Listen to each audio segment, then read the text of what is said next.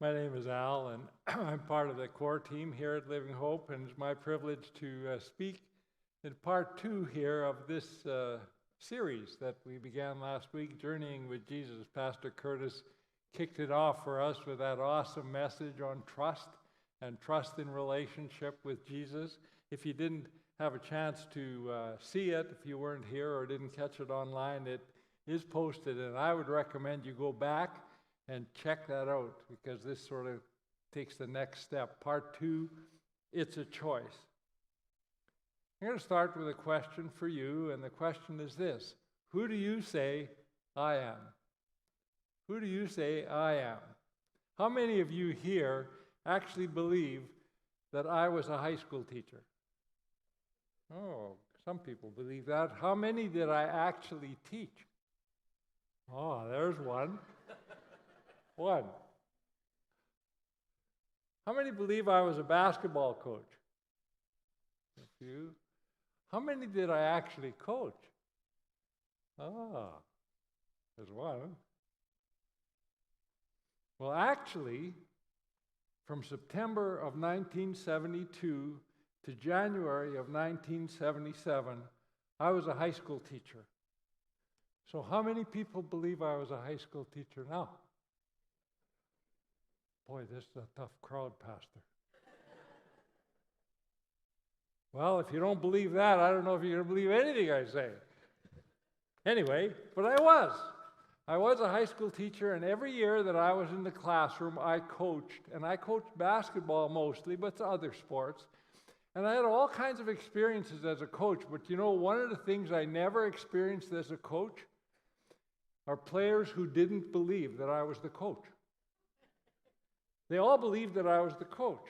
Let me tell you kind of what I experienced. If somebody came into the gym and asked one of the players, "Who's that guy over there pointing at me?" they'd say, "Oh, that's Coach Fedorak. That's our coach." You know, when I coached at the senior level, the grade 11 and 12, my students, my physics students, would call me coach. They wouldn't call me Mr. Fedorak, they'd call me coach. When the letter came for the basketball coach or a phone call, they'd call me and the coach. I actually got, after I retired as a coach, so to speak, I kept on getting invited to coaches' social of the major tournaments in Saskatoon. You know, lots of people believed that I was the coach, but only very few followed.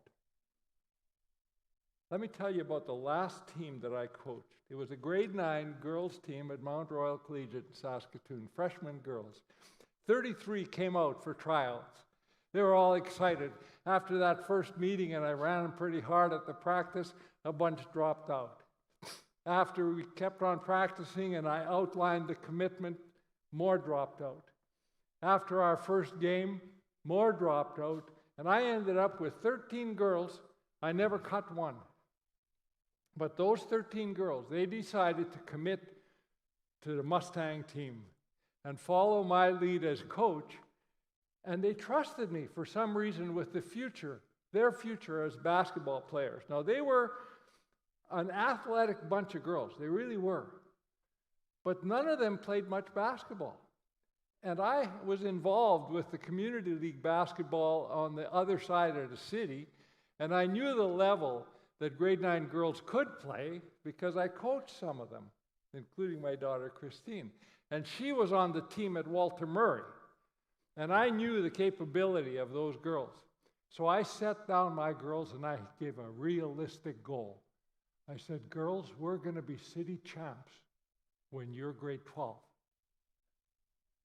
And they thought, okay, we've got this 4-year program. The first game we drew against Walter Murray Collegiate. And of course, Christine's pretty confident about this.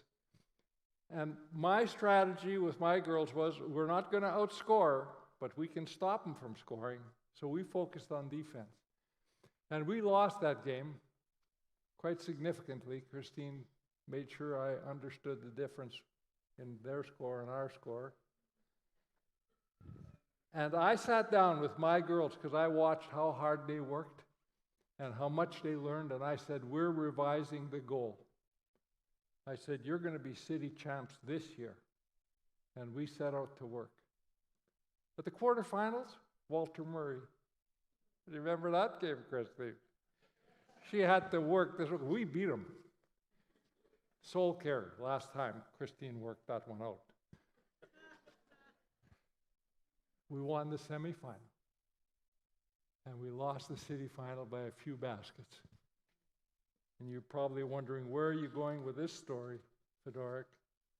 And I said, straight to the passage that the drama team opened up for us in Luke 9, where it says, once Jesus was praying in private and his disciples were with him, and he asked them, who do the crowd say I am?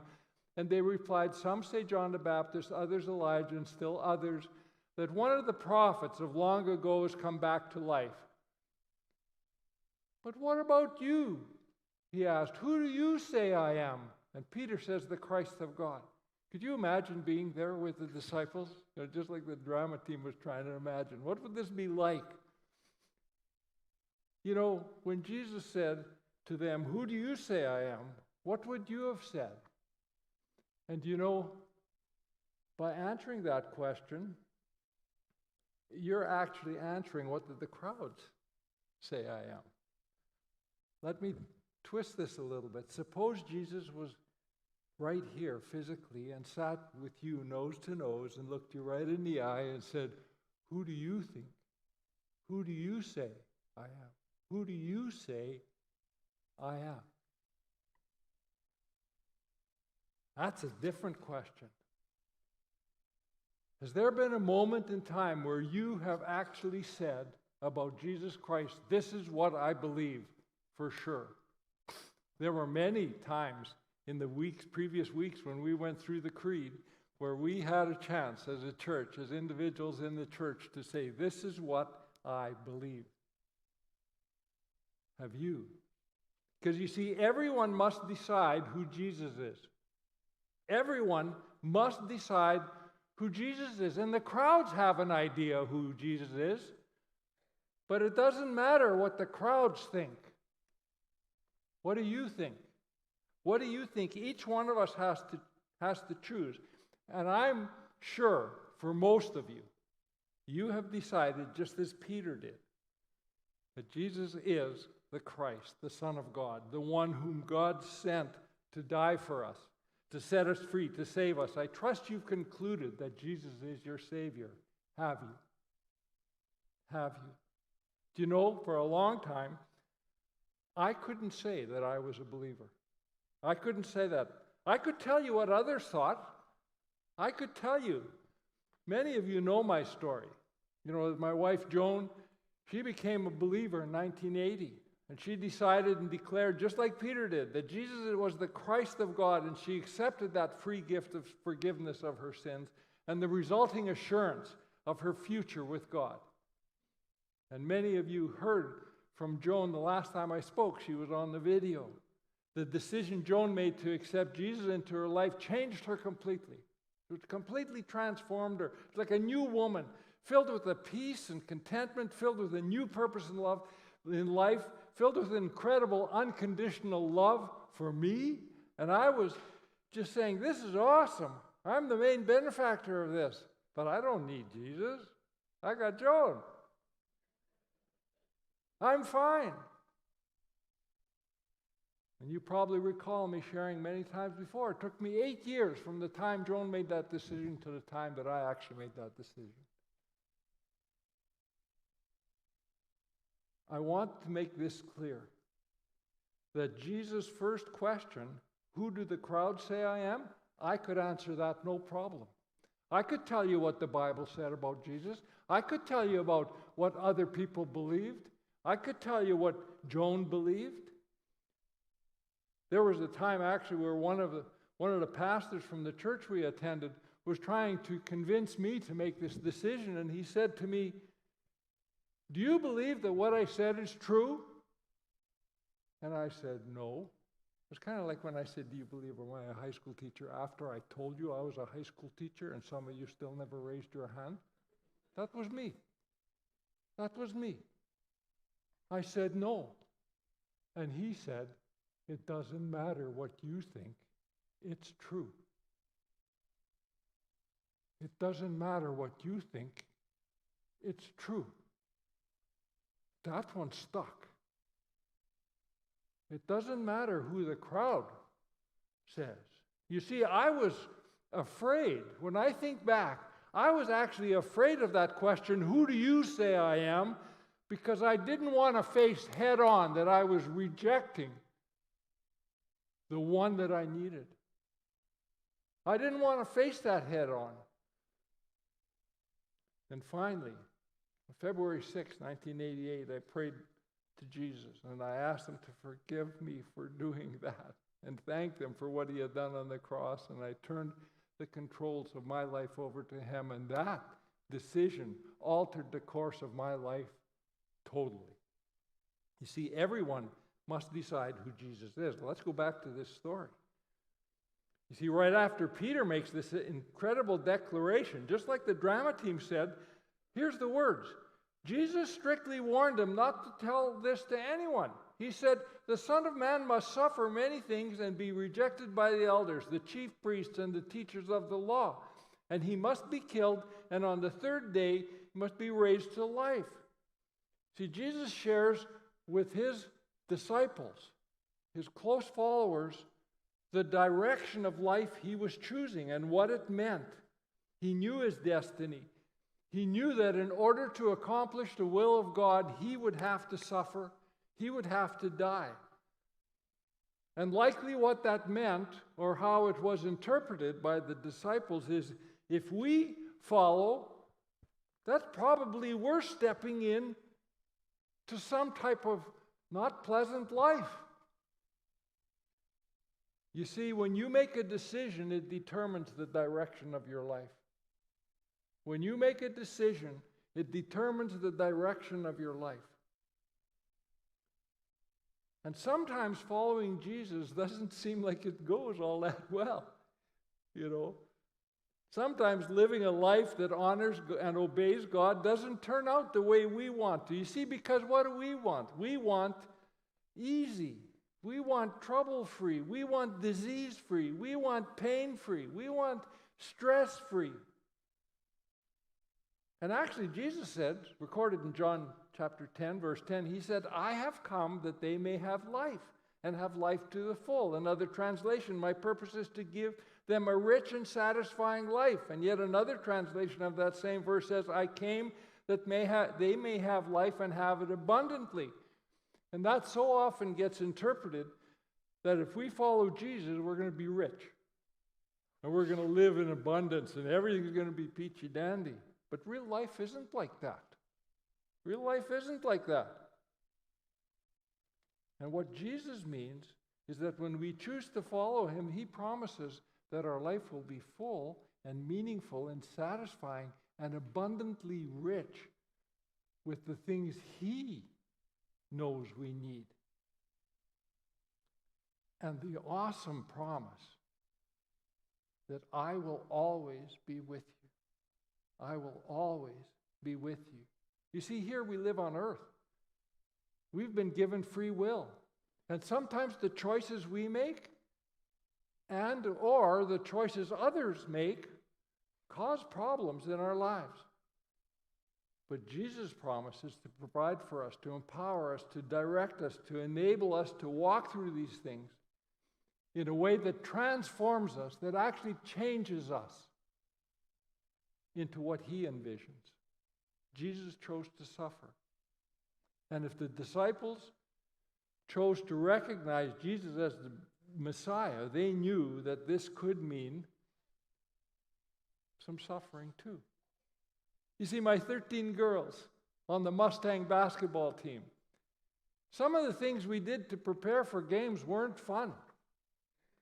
And they were not things that they would choose to do on their own. In fact, they would say, why are we doing this stupid drill? And I'd have to explain to them, we're trying to transform your abilities into a championship team. I recently read about the great Russian author, Alexander Solzhenitsyn. He was serving as a captain in the Russian army, and he was arrested for writing a private letter that was very critical about Stalin. And after spending 8 brutal years in prison, this is what he wrote. Bless you, prison. Can you imagine? After 8 brutal years, bless you, prison. Bless you for being in my life.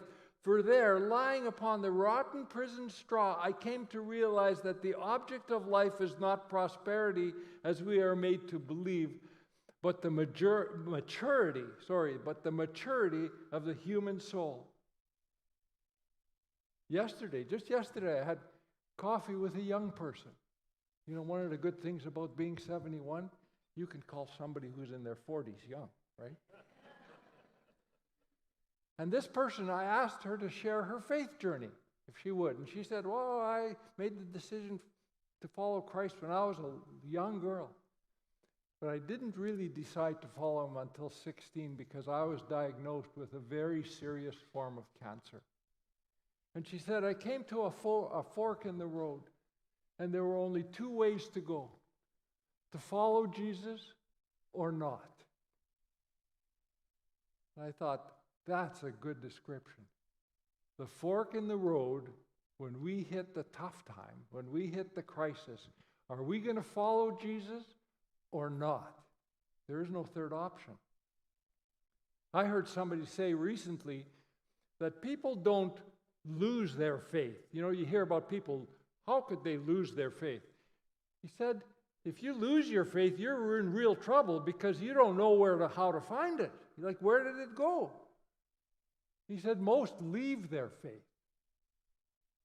And you know exactly where you left it. It's at the fork of the road.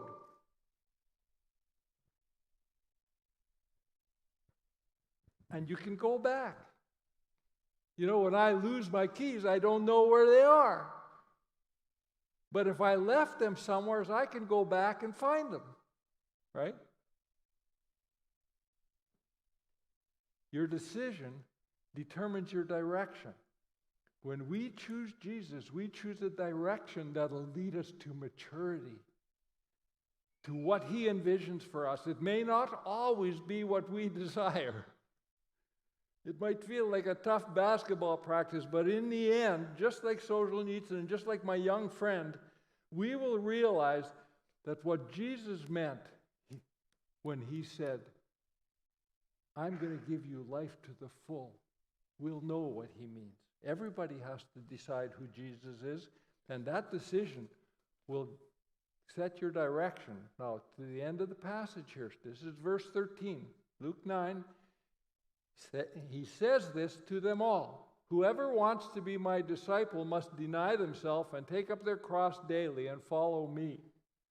Well, I'll bet you the disciples said, oh, nice, right? First I leave my job, then I leave my family to follow you and to learn from you. And now you're going to die and you want me to deny myself and follow the steps like that? Isn't this a bit much? But Jesus goes on to expand on what he meant by that statement. He said, whoever wants to save their life, will lose it. But whoever loses their life for me will save it. What good is it for someone to gain the whole world and yet lose it or forfeit their very self? Whoever is ashamed of me or my words, the Son of Man will be ashamed of them when he comes in his glory and in the glory of the Father and of the holy angels. I tell you, truly I tell you, some who are standing here will not taste death before they see the kingdom of God. I think in simple words, what Jesus is saying, believing is easy. Following is costly. It's easy to be a disciple. That's free. There's a cost to being a disciple. And the cost, simply your life. That's what it costs. I think these verses are trying to say, once you've chosen a direction, that determines the outcome of your life. Once you chose a direction, it determines the outcome. Let's just see if we can kind of combine verse 23 with these other verses here.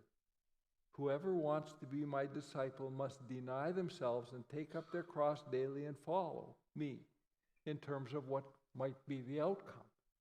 Well, let's start by denying. I think we can tie deny to the very next verse. Whoever wants to save their life will lose it, but whoever loses their life will save it to me. You know the word life there? It means kind of like everything. Just like when Jesus said, the great commandment, love the Lord with all your heart and soul and mind and strength. Like that's life. Everything. The whole thing. All of it. But you see, are you willing to let all of yourself go for Jesus? Like everything. What you think. What you do. How you spend your money, how you treat the people around you, how authentic are you? What is your identity? But you see, Jesus promises that if you give them all these things, if you deny yourself, you'll actually find life.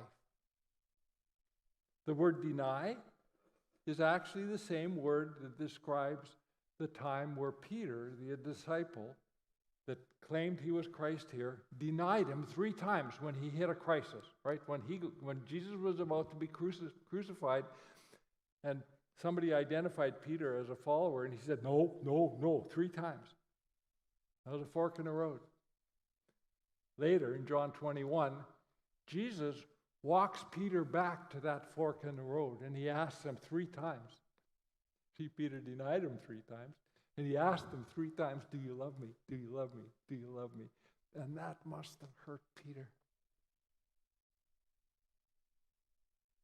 But Jesus will do that. He'll walk with us right back to the fork in the road. And he'll give us that other chance. Because you know what church tradition says about Peter is that he was crucified upside down for Jesus. He didn't deny him there.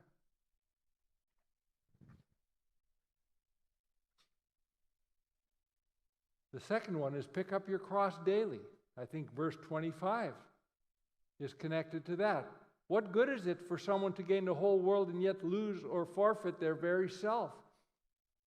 When the Romans crucified people back then, they made them carry the horizontal beam of the cross to the place of their crucifixion. It was kind of like the final walk and a reminder that they have just forfeited their life.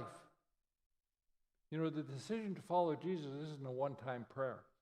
It's a daily denying and embracing what Jesus has for us. Every day we have an opportunity to say, how would you have me carry your cross today? What cross have you for me today, Lord? How can I give up myself and my desire to gain the world to gain you today, Jesus? Jesus may give us an easy cross on Tuesday, but maybe Thursday is a little bit tough. But all he asks is for us to keep carrying. Keep carrying the crosses he gives to us and following. Which leads to follow him. Whoever is ashamed of me and my words, the Son of Man will be ashamed of them when he comes to his glory and in the glory of the Father and the holy angels. To follow Jesus is to obey his words. How often are you ashamed of his words? You say, well, never. Yeah, really? I can't say that. Like I've disobeyed God's word lots of times. That's like saying, I'm ashamed of your word. If he asks me to do something in his word and I don't, that's like being ashamed of his word. And you know what he says? Are you ashamed of me and my word? It's something to think about, isn't it? Words matter. And whose words matter most? Jesus' words or the crowd who's trying to sway us into thinking their way? Whose words matter most? And whose are you going to be ashamed of? Especially in the hard topics. You know, there's some times where we're confronted and we have to take a stand, and it's easy to back off. And when you back off, that's like saying, I'm ashamed of what God says. But Jesus always gives us another chance. Like there's that, back to that fork in the road. I love that picture that my friend shared with me. Jesus always takes us back and forgives and fills us with grace and power and enable him to follow him in his words. You see, the disciples, we think these disciples were extraordinary people, but they weren't. They were just ordinary people. You read through those first four books of the New Testament, and the number of times they messed up it's believable, right? Because that's what I can relate to. You know, you'd say it's unbelievable. No, it's believable. And all they did was decide to follow. All they did was decide to follow, and the outcome of their lives is that they all became extraordinary. You know what? And that's your call and mine. He wants us all to be extraordinary for him. Super extraordinary for him. How he leads you and how he leads me and how he leads somebody else is going to be different because we're all different and he has a plan. But the question is, what about you? Right at the front of the package, that question, what about you? Who do you say Jesus is? Are you a believer? We're going to be coming to communion pretty soon. And what an awesome time for you to wrestle down one of these questions before you take the elements. Who do you say Jesus is? Are you a believer? And if you are, have you chosen to align yourself in the direction and your life with that of Jesus? Are you a disciple? You know, and disciples make the tough choices. It said in the bulletin they're filling the tank, right, Pastor? Next week. What about if we had a lineup here? It says in the Bible, be baptized. Right? Are you ashamed? Shauna said on there, how about membership in the church? Why aren't you a member of the church? Are you ashamed of God's church? Just the question. Is there something in your life today, the third question, that you need to deny? And finally, what cross is Jesus asking you to pick up? And you say, yeah, that's tough. Jesus promised, I will be with you, I will be with you, I will be with you. If Jesus were here right now and said, what about you? And asked these questions, what would you say? And I say, Father, give my friends grace and courage to answer correctly. Not what the crowd say, but what you would have them say for each of these questions as we come into communion. Help us to wrestle down what needs to be wrestled down, to deny what needs to be denied, and to pick up what needs to be picked up, and to follow you. No turning back. No turning back. No turning back.